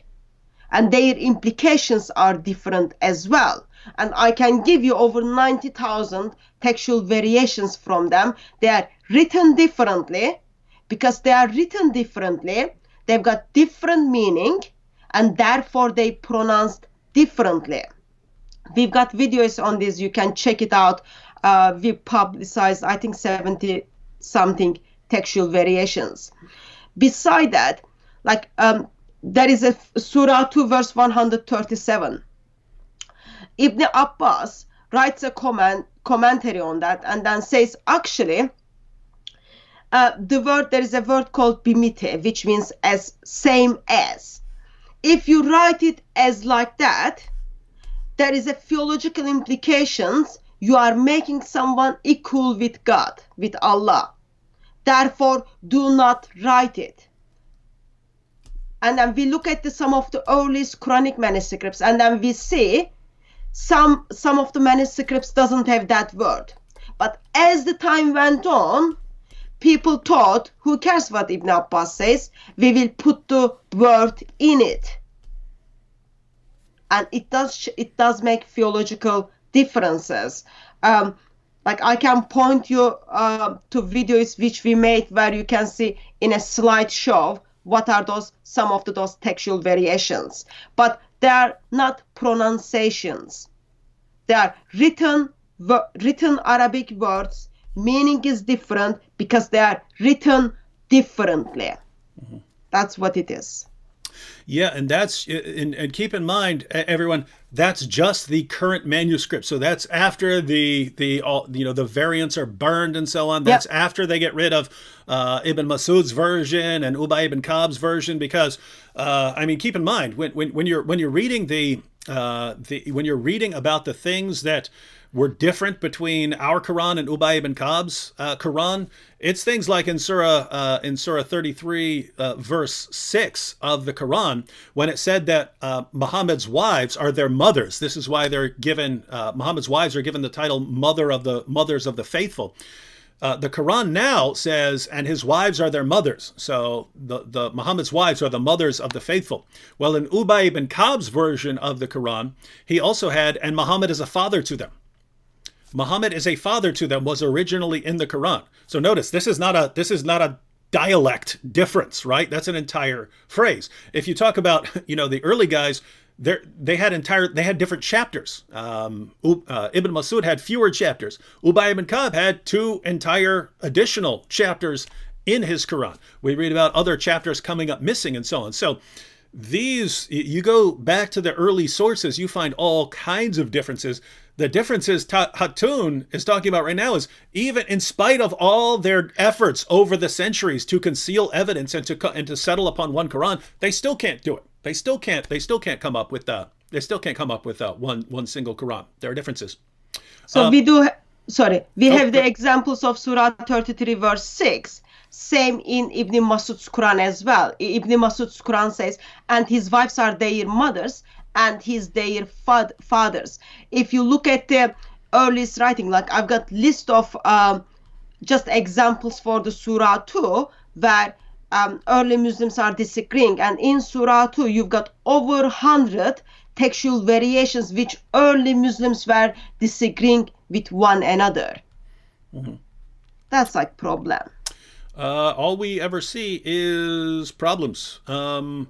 Guys, has Noreen posted a response? I'm scrolling, but I was talking for a minute, so I don't know if I'm listening. I don't know if I'm missing something here.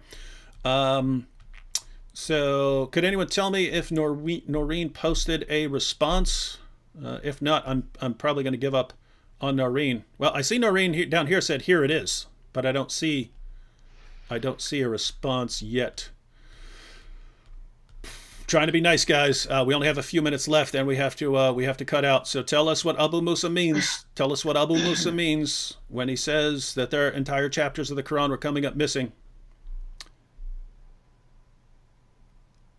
Yeah, again, guys, let me know if I missed the response, because I see Noreen posted, here it is, but I don't see anything. But I'm not just going to keep waiting if there was no actual response. And guys, do you even understand how patient we are? That we present information, but then a Muslim specifically says, I want to refute you, and we stop, have no idea who this Muslim is, and we say, all right, we'll stop right now, you can refute us. Here's a simple point, go ahead and refute that simple point. In your sources, we have tons of sources showing that your Quran has been changed repeatedly, and yet Muslims say, perfect preservation right down to the letter. And so we ask, well, just explain one of those passages for us. We give you an easy one. We give you one from one of your most respected collections of hadiths. Ask you to refute that single one. And I am not seeing a refutation. We've given you like 10 minutes now. Oh, Slam RN said, yes, Noreen posted a response. Hang on. Let me try and do a search. Let me see if I can go back and find all Noreen's comments. Oh, gosh. Now I'm searching for Noreen, but there are tons of comments because people were talking about her. Trying to find it. One of the things I am assuming is probably just discrediting Sahih Muslim. That's very common objection I get regarding that hadith. Yeah, and by the way, I love that. I love it when they throw their greatest, most respected hadith collectors under the bus, and then they tell us that we have to believe in Muhammad when his companions are just and their followers are the biggest bunch of liars the world has ever seen, apparently, because they're just constantly making stuff up.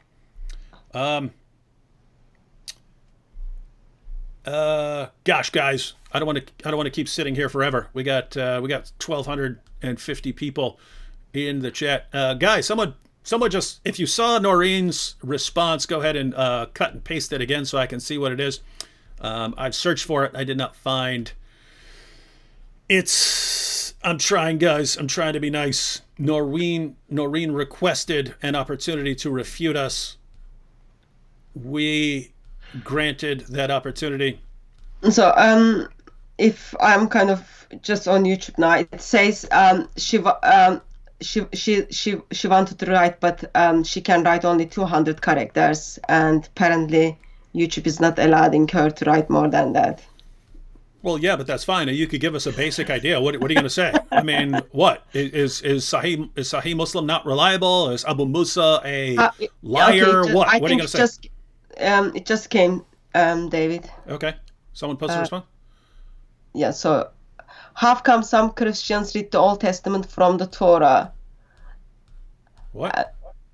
How come some Christians read the Old Testament from the Torah and not the Bible because they fear the translation has been biased to suit Christianity? That's Noreen? That's maybe. That's what my text is saying. Because someone is just sending me text. Yeah, I see Noreen complaining that YouTube is not allowing her to write. Yeah. All right, guys. There's nothing I can do here. We need to wrap it up. It's 9:56. Guys, we tried repeatedly. Don't know. Not aware of a response. Yeah, Noreen. Yeah. If a lot of people are saying Noreen, you can put it in the comments. Afterwards. So you can't post a comment now until this. It takes probably like 15 minutes or half an hour, something like that, to come up. To where this comes up as a separate video, and then you can post your comments in the comment section. So feel free afterwards, and everyone be sure, if you're interested in Noreen's response, that you check it out afterwards to see what the defense of the perfect Quran was. A couple last second super chats here. Marilyn Murphy says, Sheepgate, film at 11. David is a savage apologist. Hatun is a superheroine. Rory said, so Rory was asking the question earlier about a teacher of religious education. He said, David, I had a religious education teacher who was Christian. He said in front of my classmates that Muhammad plagiarized from the Bible. I was there. I think everyone who reads the sources and is at all critical of Islam agrees that Muhammad's plagiarizing all kinds of sources. It's just surprising to find that a teacher said that. Isaac Cruz said the sheep ate my surah. What do you mean his surah? Yeah. A couple more. Not a verse said, David and Hatun, please forgive my ignorance, but I have a question. What does SWT mean, as in Allah, SWT? Does the SWT stand for sexy white thing? Because that would actually make perfect sense. No, SWT is an abbreviation of Subhanahu wa Ta'ala, which means something like glory be to him, the exalted. Yeah, praise be to him, the exalted one. And David the Goliath said finally, do you know about Musaylama, who was also a rival prophet claimant to Muhammad? He even produced divine verses better than the Quran. Quran challenged to produce something like it because of Musaylama. Yeah, I mean, the early history of Islam is very interesting, with the disputes that were going on and how they eventually settled onto this version of Islam. And that's just one of the reasons why this is a cool area to be involved in, ladies and gentlemen. So for those of you who want to get started in apologetics dealing with Islam, I encourage you to pick a topic.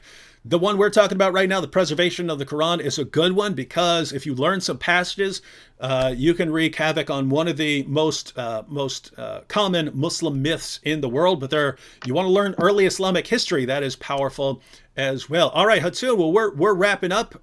Any final words, final thoughts for everyone out there? Keep away from Quran, keep away from Islam. But tonight we try to look at the Islamic sources and try to see what early Muslims thought regarding if Quran perfectly preserved or not, because 21st century Muslims are not only making this claim, but they are teaching this claim to their children. And what we saw is actually early Muslims simply disagree when it comes to preservation of the Quran with 21st century Muslims. Memorize the hadiths and ask your Muslim friends why Quran has been changed, why do they follow something has not been well preserved. That means Allah failed to keep his promises, because Allah said he's going to preserve it and he failed to do so. Yeah, and keep in mind when we read passages, ladies and gentlemen, when we read passages where the Muslims where the Muslim scholars and apologists say perfect preservation right down to the letter, they say that this is fulfillment of the prophecy in the Quran, that the Quran would be perfectly preserved. So they're the ones putting this forward, saying Allah predicted perfect preservation right down to the letter. This is Muslims and Muslim scholars, Muslim apologists saying that Allah predicted perfect preservation right down to the letter. Well, if that's what Allah predicted, then Allah has failed pretty miserably, because we find, again, entire chapters coming up missing, large passages coming up missing, verses eaten by a sheep. As a rule, if your God can't protect your word from a sheep, probably shouldn't be bragging about perfect preservation right down to the letter. And so, ladies and gentlemen, we talk about miracles. We talk about miracles in Islam, the miracle of the Quran. The only miracle here, if there's a miracle here, ladies and gentlemen, it's this. Sheep. The Quran, no, I'm not even going there.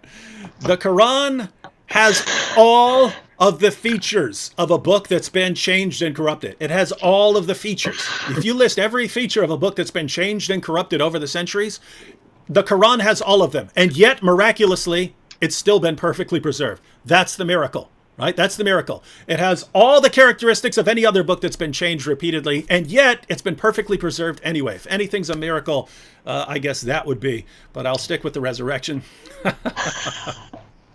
And I'll just close out with this comment. Sophia Film said, Hatun is the best, better than you, David. Oh, sorry about that. No, that's a good comment. Hatun is the best, better than you, David. So that's a good comment to close out with. Amen, Sophia. And by the way, Sophia Films, I always assumed that you were a woman because of the Sophia, but someone pointed out that you're actually a man. So then I'm thinking, oh, okay, so that makes sense. So he's doing it in the sense of the Greek meaning of the word Sophia. Yeah. So yeah. Sophia, wisdom and films. And so, okay, I apologize that you're actually giving the title of your films here. All right. Well, thanks to Hatun for joining us. I think everyone liked the discussion, because we had around, we're still over 1,200 in the chat right now, but much more to come, because again, Friday I'll be having a discussion with Sam Shamoun, and we issued the challenge to Muslims to give us one unequivocal verse in the entire Quran saying that the gospel has been corrupted, and we'll be taking all those challenges live on Friday. And there'll be more to come after that. Again, everyone, be sure to subscribe to DCCI. The link is in the description box. God bless everyone. God bless Hatun and DCCI. Thank you. And catch you all next time.